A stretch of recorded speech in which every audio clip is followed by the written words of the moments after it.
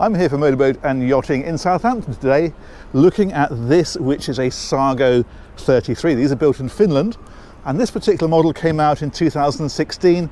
It was launched to fill the gap between the 31 and the 36. They wanted a boat with a bit more volume than the 31, but not the size of the 36, and this boat fitted that bill very nicely.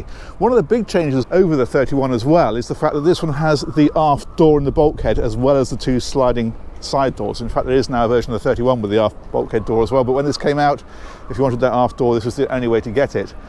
There are a few extras on this one which I'll point out as we go around. One is these rails on the back here. Great if you like fishing off the back of the boat, of course, because it makes this into a wonderful fishing area. This one has got the anchor on the back. These are less popular in the UK but very popular in Scandinavia, because what they do is they anchor off islands, have the stern of the boat anchored out, and then the bow of the boat is against the rocks of the island to get on and off. So that's something you see on finished boats from time to time. This boat clearly has it.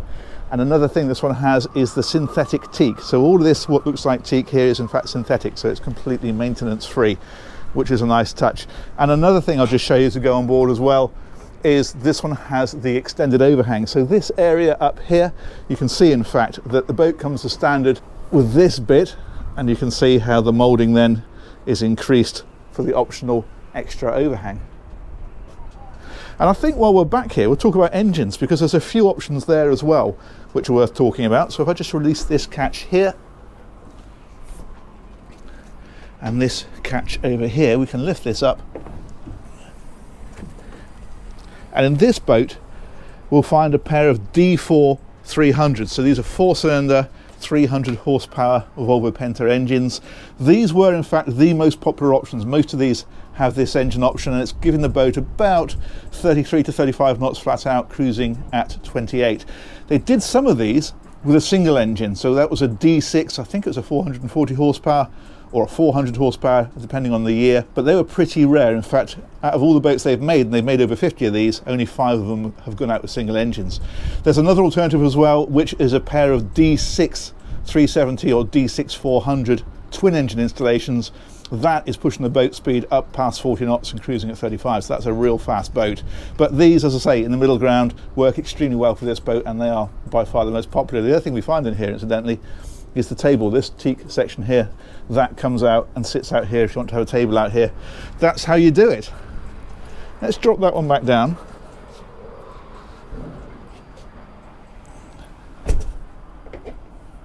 And close those back up. These, incidentally, are where the table slots into, so you have a pair of legs there, table sits on top. I think we'll wander around the decks first of all, because the big point of these boats is they're such an easy boat to walk around, move around, and generally use. So you've got this very deep bulwark decks, you can see it here.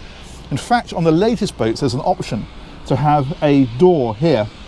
Actually, in the bulwark, that's right next to this sliding door, which is next to the helm. We'll see that when we go inside.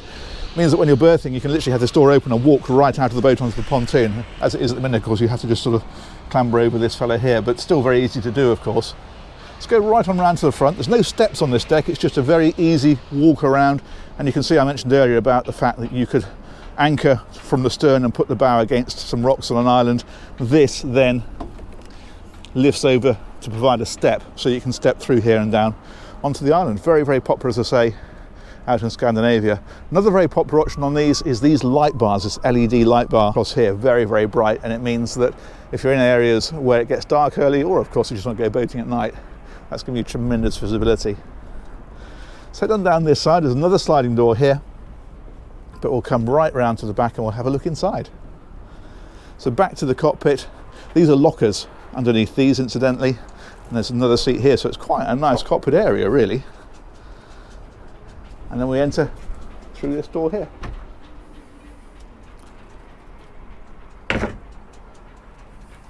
So this then is your wheelhouse.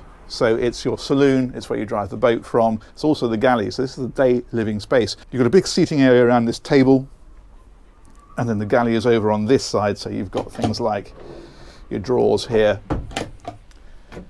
There's a sink underneath there. and then there's a hob underneath here. This owner's got a dehumidifier on here just to keep everything nice and dry through the winter, which is a very wise idea. The interior wood on here, standard is teak, which I think is what this boat has. There was an option of walnut that was very popular, but more recently white oak, a much lighter finish, apparently has become very popular. So those are the three options with the woodwork, but the teak I think looks really good on this. It suits the boat very well. Up here we have got the helm position, really lovely helm seat on this one. Very, very comfortable, and these are these sliding doors from the inside, so we do these is lift this, give it a tug, and there you go, opening door, lots of air and access. Same on the other side, but also up above us you can see this big section here. If we release this catch, we can grab hold of this, see if we can do it one-handed with the GoPro as well. Oh, there we go, and you can see how that slides. Right, let's do it. All the way back, and now you've really opened this whole area out. You can see you've got the side door there, roof open, that side door opens. Very nice when the weather's good. Makes this area very open to the elements. But of course, if the weather's not so good, slide that shut, drop the door back across, and you're all closed up. And this seat here next to the helm, you can drop this backrest the other way. And then that increases the seating, of course, right around the table.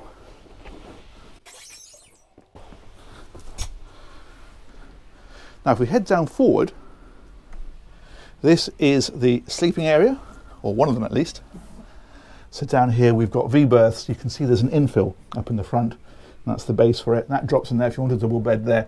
Then you can have it as a hatch up above, of course. It's got the blind across it at the moment, and then a bit of storage in here as well, like that hanging locker, for example. Storage down underneath there, and there's a bit in behind here. And the heads for this boat, that's out here. As you can see, reasonable size, and in fact it's even got, you can see how that screen comes around, separate shower stall, which is nice. So if we head back up, you might think, well, that's pretty good. But for a 33-foot boat, you'd expect perhaps a bit more, and you would be right, because if we go right to the back here, we'll find a little hidden area. This lifts up,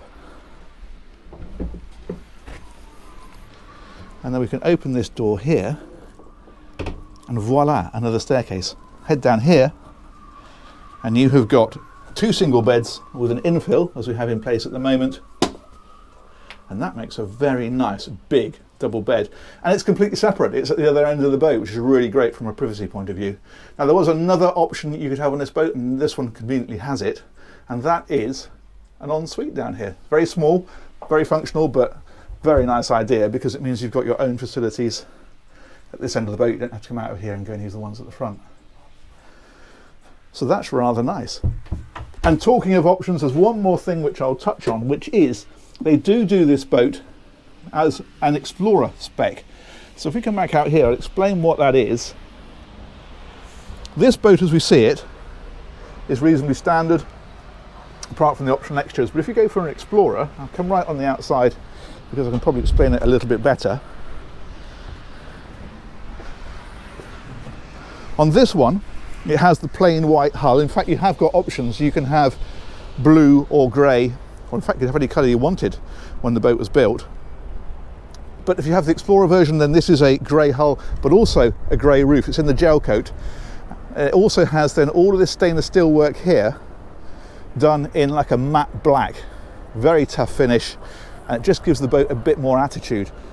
And then they do another version called an X-Line, which sort of splits the two. It has the black rails, but it doesn't have the grey roof and the grey hull sides. And Sargo tell me that in terms of uptake, it's about a third each. So a third go out like this, a third go out with the Explorer spec, and a third go out with the X-Line spec. And that is about it, the Sargo 33. It's a really great all-weather boat, so if you're looking for something that can take your boating all year round, these are well worth taking a look at.